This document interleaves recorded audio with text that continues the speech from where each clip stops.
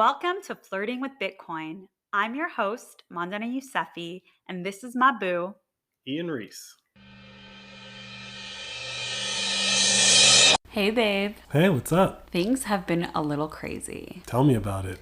I think first we should say hi to our new listeners. Hi. Should we call them fountainheads? Well, whatever we want to call them, it's pretty cool. All of the messages that we've gotten from our new listeners from all around the world. It's a little crazy to think that there are people in Japan who are listening to us. If you've been listening, we've done a little test on Fountain Podcast where we kind of paid people a little bit of Satoshis to try out Fountain app or the Fountain Podcast. People from all over the world tried us out. And a lot of them liked us. Yeah, so there were a bunch of people who were already using Fountain Podcast that found us and listened to us, and it's really exciting that you guys did. We're so excited that you're hopping on the Flirting with Bitcoin ride with us. And episode 20 and 21 was all about that experience and the value for value model and all that good stuff. But it's time for us to bring it back to why we're here, which is you teaching me about Bitcoin, helping me understand how it works in our real world and what's happening around the adoption of Bitcoin. So what's going on, babe? Yeah, that's a really good question. We don't like to talk about the price of Bitcoin here. It's not the most important part, although that's usually what catches people's attention, right? We do have to talk about the price of Bitcoin lately because of the crypto crash that's currently happening. I think calling it a crypto crash is also a little overzealous because really the entire financial market is selling off right now, but Bitcoin seems to be leading this financial market sell-off, so we'll call it the crypto crash. But what's been happening is that there's been all of these companies that have been collapsing. We talked about Terra Luna, we talked about Celsius and how they collapsed. Well, various degrees of collapse like that are happening to other companies and are probably going to continue to happen for the rest of the year. So all of these companies that were actually vulnerable and weren't set up to be as strong as they had otherwise suggested, those are the ones that are collapsing. Yes. And the reason why they're collapsing is because while they may be operating with crypto and Bitcoin, they are operating as the current financial system operates, which is basically fractional reserve banking. What this crypto crash is revealing is that people who actually hold their own money, you actually hold your money, like Bitcoin, you hold your keys. Yeah, not your keys, not your coin. Not your keys, not your coin. Get your coins off the exchanges. The people who are currently holding their Bitcoin don't care about any of this. It doesn't affect them. All it affects is the price of Bitcoin, but they're not worried about not being able to get their money. And that right there is probably the biggest peace of mind you can have between Bitcoin versus Celsius or Terra Luna, right? But at the same time, there's still a lot of people who feel comfortable with leaving their money in banks. Yeah, that's most people. That's most people, right? And so what has happened when you say what's going on in the market is that what has happened is that a bank has actually been shut down. And while it's not specifically crypto related, this bank that's been shut down, the people who have their money in that bank can't get at their money, just like the people who had their money in Celsius can't get at their money. This is fiat money, US dollar locked up in a bank. This is a bank in Puerto Rico. Ooh. Yeah. So on top of that, the irony of all of this is that the guy who runs this bank has been the biggest Bitcoin hater for the past decade. Oh, so the Bitcoiners are loving this. Oh, it is just the most Schadenfreude. Is that how you say that? It's a German thing or whatever, but it's the most... Oh, we have German listeners. Yeah, Let us know if Ian said it right. I believe it's Schadenfreude, which basically means you take joy in someone else's misery, right? And you really are right now taking joy in this, aren't you? I mean, I feel bad for the people whose money's locked up, but only a little bit. Yeah. But I don't feel bad for this guy at all. And so Bitcoin Twitter is just having a field day with this. It's so comically perfect. Delicious. It's perfect. Chef's kiss. This guy has been saying that Bitcoin is worthless. And if he had Bitcoin instead of his money in a bank, none of this would be going on for him. Well, all right, babe, let's get into it.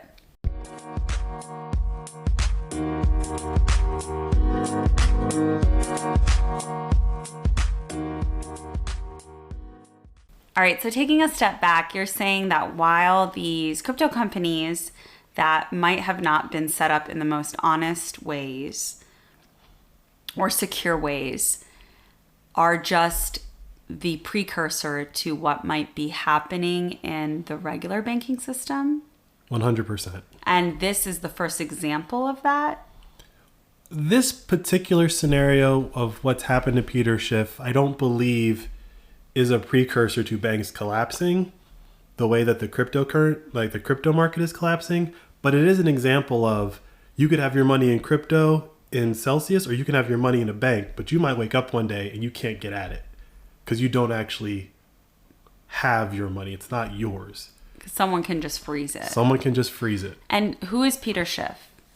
So Peter Schiff's this guy, he's just very well known for being a gold bug, right? He's always advocating for gold. He's been advocating for gold since the day I heard his name. But what does that mean, you advocate in gold? Does that mean to invest your money in gold, to own gold bars? He's not even really advocating owning gold bars. Like, that's the thing, right? It'd be different if Peter Schiff was saying, like, buy gold, dig a hole in your basement, and, like, bury it, right? He's not advocating for that. What is he advocating for? He's basically advocating for, buying gold as an asset, like as a paper asset. Like you could have stock in Tesla or you can have paper shares of gold. He's just saying, that if you're going to hold anything long term as an asset, you should hold gold. But he's not really advocating for like taking possession of that gold. So he at minimum acknowledges that putting your money in the dollar is not the ideal situation because that's not pegged to gold.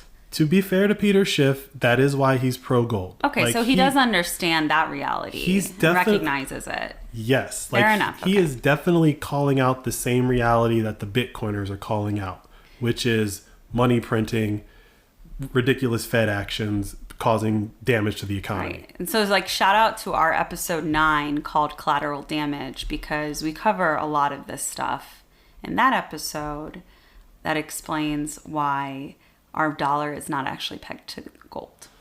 Well, yeah. So Peter Schiff he understands what we're talking about in that episode. But he doesn't like Bitcoin. He just doesn't think that Bitcoin is the solution to that problem. He doesn't believe in the idea that Bitcoin can replace gold as the solution to that problem. He sees gold as the one and only solution to that problem. And what's his general beef with Bitcoin? Well, it's the beef that most gold bugs have is that, at the bottom of all of it is that it's not tangible. Okay. Right? Like if you can't hold it, it's not real, it has no value. Right? Like I would argue that is his biggest contention. You can tack a lot of other stuff onto that, but at the end of the day, it's not a real thing, so it has no value. And I think that kind of just says Peter Schiff doesn't have an imagination. You just can't imagine a thing that's more valuable than gold when it's sitting right in front of you. And is he really old? He's old, but I don't know his age. I think he's probably in his 60s. Oh, okay. He's not that old. But he might be 50 and just look really bad. Ooh. I don't, you never know. Being a hater does age you. But no, so like Peter Schiff, to be fair, he understands the problem. Yeah. He just has been hating on Bitcoin since day one. And the running joke is that there's this meme of Peter Schiff, like from 2013 when he was on, let's just call it MSNBC. And he's like dumping on Bitcoin. It's like gold's at 1,700 and Bitcoin's at $1. And then like 5 years later, gold's at like 5,000 or gold's still at 1,700 and Bitcoin's at like 5,000. Yeah. And then like, they age him. They put like an old picture, like Peter Schiff as like a grandpa. And it's like, gold's still at 1,700 and Bitcoin's at $1 million, right? So he's on like mainstream media bashing Bitcoin. Yeah. So Peter Schiff, the first time that I ever heard his name was actually kind of before I got into Bitcoin, weirdly. So Peter Schiff was the guy that would be on like MSNBC or something like that, trying to convince old retirees that don't put your money in dollars, you should buy gold. And I just always remember that as being like, he's making valid points, you know, like, yeah, that does make sense. And gold is a thing. It's real and tangible. So like, it's a more stable investment. Yeah, yada, yeah. Yada, yada. So like, I always knew his name, but then when I came into Bitcoin, he was like, on day one, he was like the biggest villain. And it was just like, oh yeah, like he didn't switch over to the new thing, right? He's not switching over to the better solution to the problem. And being extremely vocal about it. And being very vocal about it. Like, to the point where it's almost like he's trolling the Bitcoiners for attention. So this is like what is happening in the Bitcoin community right now is the demise of a Bitcoin villain. Yes. I'm just trying to make this dramatic. Well, that is like, if his bank does get shut down, yes, that is what we are witnessing. So what exactly happened? He has a bank. He's this rich that he has his own bank. Rich / having your own bank, these are all relative terms. Oh, I mean, I don't have my own bank. You don't have your own bank, but it's not like there's a bank that says Peter Schiff owns it. We don't know the ownership percentage or whatever. Mm-hmm. You know, it's like when Jay-Z owned a piece of the Nets and then you look at the paperwork and it's like less than 0.5%. Mm-hmm, mm-hmm. But no one knows who owns the Nets. They just know Jay-Z owns a piece. Like, right? So gives it street cred. Yeah, yeah. So, I mean, owning the bank is relative, but it is the bank that he will direct people who he, you know, when he convinces someone to go with his game plan, he directs them to this bank, you know, and it's like, we're set up to like handle you and like get you through this process of owning gold, deposit your money with us, yada, yada, yada, right? It's basically, this bank, you could argue, is like his little Celsius, right? Like you put your cash in here, and then as a customer, you have all these services and made. These are the returns we'll get you. Yeah. Okay, and so his bank got frozen? So because it's a bank, there are regulators, right? And the regulators make sure you're following rules. They don't, I mean, they care about how much money you have in the bank, but it's more about like, are you in compliance with the regulations? And so what appears has happened based on some of his tweets, his being Peter Schiff, where he's trying to explain why his bank has been unjustly shut down. And so what he's claiming is that he's being shut down because the regulators are saying that he's not properly collateralized, right? Like he doesn't have enough deposits on hand to represent the deposits of his clients, right? And Peter Schiff's argument is that that's not a problem. We ran an audit. We found this out. We're going to get the money, you know, but we just found out that this is the issue and you didn't give us a chance to like recollateralize. You just said we were not in compliance and shut us down. And shutting down, what does that mean? It means their like customers can't access their money? Yes. Wow. And may lose it. Wow. Why lose? Well, depending on how the bank is shut down, it might have to go into bankruptcy. And then if it goes into bankruptcy, just like Celsius. Okay. Right? So then if it goes into bankruptcy, the question becomes, where in that order of who gets their money back are the people whose money is deposited in the bank? So there's definitely people above those people to get their money back. In theory, if there's only $3 million available, and the people at the top are entitled to 5 million, everyone else is wiped out. So why did the Puerto Rican government come after him? You know, that's a good question. And, you know, until this happened, I can honestly say I did not know that Peter Schiff had a bank, right? Like I didn't know. Yeah. But it's in Puerto Rico. And if you know anything about Puerto Rico and Puerto Rico banking, it's not like, this ain't New York City, right? They got some sketchiness going on in Puerto Rico in the financial sector. It's laxer regulation than the mainland. Yeah. And so if you can get shut down by regulators in a lax jurisdiction, either they're trying to basically extort him, which is a possibility, or you couldn't even pass like the Puerto Rican regulators. But I think that lends to, regardless of whether or not he's guilty or non-compliant, whatever that is, it's still showing him that this wouldn't have happened if his money or his client's money or customers' money were just in Bitcoin on their own keys. Exactly. Yeah. Exactly. Right. So like he's just pulling a Celsius. He's convincing people, give your money to me, trust me. And hopefully I run a successful business. And this is a credible person, right? You said, well, I don't know if he is a credible person, but he was presented as one by the media and he's allowed enough person who made himself a villain in the Bitcoin community.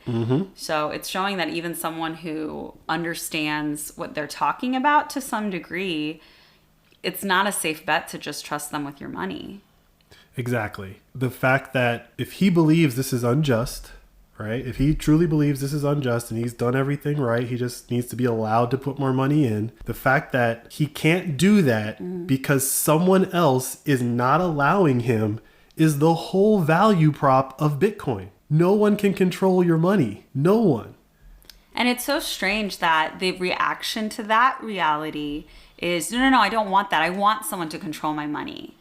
Let me control your money.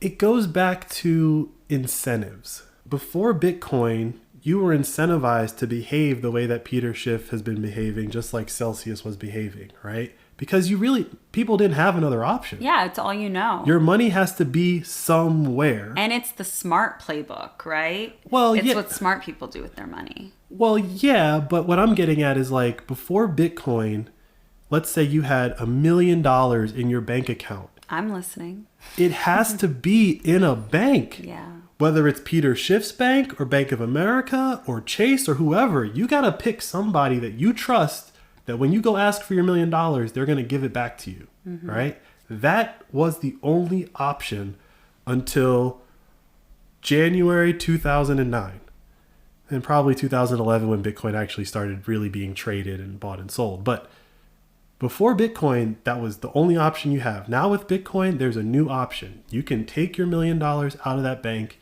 You can convert it into Bitcoin, convert it into 12 words, memorize those 12 words, and no one can touch your money. No regulators, no countries, no Peter Schiffs, no Celsiuses. It's your money memorized. Well, you don't have to sell Bitcoin to me, babe. I'm in, but... I'm trying to sell it to Peter. I'm trying to sell it to him through the phone. Has he realized this? So my next question is, who's next? Do you think that, Puerto Rico is going after all of their banks and checking against the compliance regulations to see if they're compliant? Or is the U.S. government doing that? Are all the countries doing that now that there's this huge economic collapse that's happening all around the world? Should I take my money out of the bank? Well, yeah, probably. And we keep very little money in the bank, right? But the point that I'm getting at is I don't know if Puerto Rico is clamping down, right? But I'm going to put on my conspiracy hat for a second and just say it's very interesting that it's Peter Schiff. I just find that interesting. I just find it very interesting that this guy that's made himself the villain of, he is literally the villain. Maybe Vitalik Buterin for Ethereum is like the other villain, but he is literally the villain of Bitcoin and his bank is being shut down. That seems personal. Ooh, Bitcoiners went after him? I don't know if Bitcoiners went after him, but maybe hackers?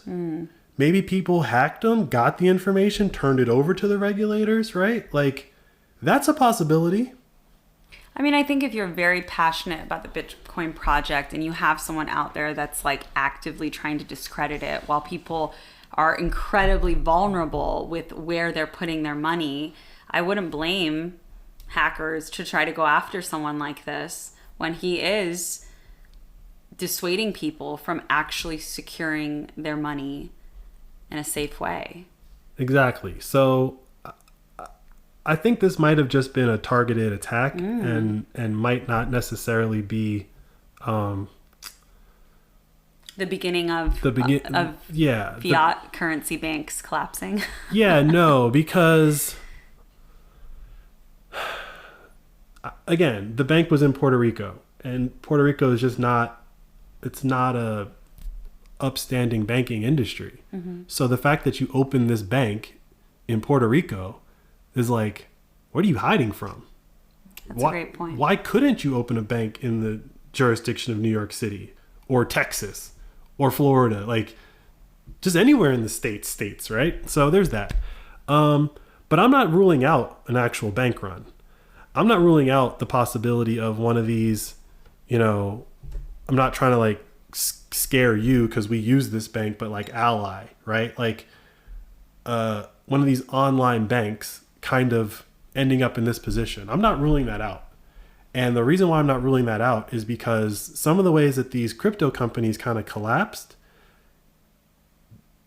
what they were doing wasn't found out until they collapsed, right? And so it's possible that some of these online banks that are like purely online, you know, are doing some of these things and might get caught up in one of them and not realize that, oh, we gave our money to them and they gave their money to this crypto company, right? And now they can't get their money back to, like... Right. Ultimately, as the consumer of banking services, there's only so much information that we have, and often it's just directly from the company. Exactly. And that's, again, going back to the value prop of Bitcoin. Like, if your money's in Bitcoin, you don't care which banks are collapsing. You just don't. Like Celsius fell apart. We don't care. We don't even really feel bad because we try to warn everybody, but like, it doesn't affect us. All it did was make Bitcoin cheaper so that we can get more. Buy the dip. I mean, it's not even buying the dip. It's just, if you buy every day, if your time horizon is 10 years, you don't really care about what's crashing today. You actually want it to crash today. And so here we are. Here we are.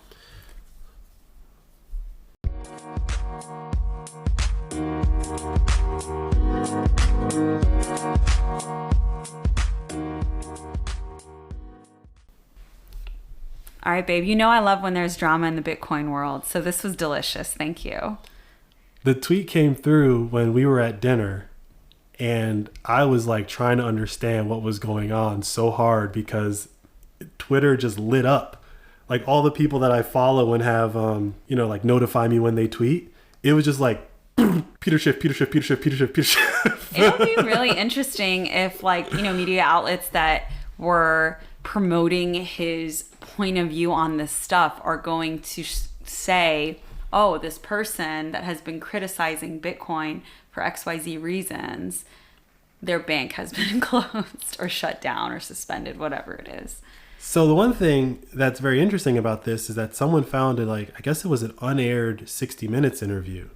And in the interview, they asked him about this. This was from a year ago, I believe.